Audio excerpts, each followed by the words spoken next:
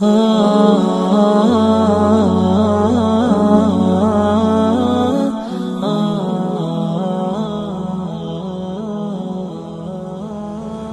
پھر اس کے ساتھ ساتھ اس کو ادا نہ کرنے پر جو وعیدیں پروردگار عالم نے بیان کی ہے وہ انتہائی سنگین ہے اور سخت ہے. اگر کوئی بندہ زکوٰۃ ادا نہیں کر رہا ہے تو اللہ تعالیٰ اس پر سخت عذاب روز محشر فرمانے والا ہے، اور دنیا میں بھی پروردگار عالم اس سے رحمتیں اور برکتیں چھین لینے والا ہے. اور مختلف احادیث میں بیان ہوا ہے کہ کس طرح اس شخص پر اللہ عذاب نازل فرمائے گا جو زکوٰۃ ادا نہیں کر رہا ہے. حدیث رسول مقبول صلی اللہ علیہ وسلم میں آتا ہے کہ وہی مال بندے کا قیامت کے بعد اس کے لیے ایک ایسا لاوا بن جائے گا جس سے اس کو داغا جائے گا، اور جو مال پر وہ حسرت کرتا تھا، جس کی وہ زکوٰۃ ادا نہیں کرتا تھا، اللہ تعالیٰ اسی کے گلے میں ایک توق کی صورت میں ڈال کر اس کو سخت عذاب دے گا. اب مسئلہ یہ ہے کہ ہم فضیلت سننے کے عادی، عذاب سننے کے بھی عادی، لیکن بدقسمتی ہماری یہ ہے کہ ہمارے کان پر جوں تک نہیں رینگتی کہ آخر ہم اس کے مزداق ہیں بھی یا نہیں. ہر معاملے کو ہم بہت صرف نظر کر جاتے ہیں کہ دیکھا جائے گا. ایسا نہیں ہے. آپ پہلے اس کی اہمیت کو سمجھیں.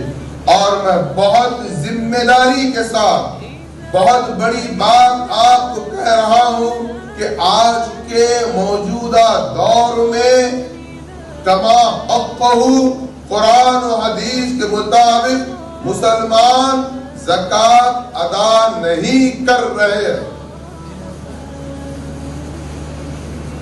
میں بہت بڑی بات بڑی ذمہ داری سے کہہ رہا ہوں. آپ کہیں گے نہیں ہم زکوٰۃ ادا کر رہے ہیں. نہیں، میں کہہ رہا ہوں قرآن و حدیث کے مطابق الا ماشاء اللہ تمام مسلمانوں میں بہت ہی کم مسلمان ہیں جو صحیح طور پر زکوٰۃ ادا کر رہے ہیں، بلکہ اکثریت تو یوں ہے جو زکوٰۃ سرے سے ادا ہی نہیں کر رہی ہے. زکوٰۃ کے مسائل بہت عمیق ہے. ایک میں اور آپ طے نہیں کر سکتے، اور نہ میرا یہ دعویٰ ہے کہ میں زکوٰۃ میں تخصص کیا ہوا ہوں کہ زکوٰۃ کے تمام مسائل سے میں واقف ہوں. ہر چیز میں ایک تخصص ہوتا ہے. فقہ کے کئی عنوانات ہیں، اس کے اپنے اپنے تخصص کرنے والے ہیں. اسی طرح زکوٰۃ میں بھی تخصص کی ضرورت ہے. ہم اس طرف کبھی نظر ہی نہیں ڈالتے، نہ ہم اس بات پر غور کرتے ہیں کہ ہم تحقیق کریں کہ زکوٰۃ کا مصرف کیا ہے، ہم زکوٰۃ کس طرح ادا کریں، زکوٰۃ کا کیا ہے. مثال کے طور پر دنیاوی اعتبار سے اگر ہم دیکھیں تو اگر ہم جب انکم ٹیکس فائل کرتے ہیں تو کیا آپ اپنے طور پر انکم ٹیکس فائل تیار کر کے داخل کر دیتے ہیں؟ آپ بہت بڑے قابل ہوتے ہیں، آپ ڈاکٹر ہوتے ہیں، بزنس مین ہوتے ہیں، انجینئر ہوتے ہیں، آپ بہت چالاک ہوتے ہیں، آپ سب کچھ ہوتے ہیں، لیکن میرا سوال ہے کہ کیا کوئی خود اپنے طور پر اپنی فائل ریٹرنز داخل کرتا ہے؟ آپ کہیں گے نہیں ہمارا سبجیکٹ نہیں ہے، تجارت بزنس ہمارا کام ہے، پیشہ ہمارا کام ہے. ہم اس کو بنانے کے لیے ایک چارٹرڈ اکاؤنٹنٹ کے پاس جاتے ہیں، سی اے کے پاس جاتے ہیں. کیوں؟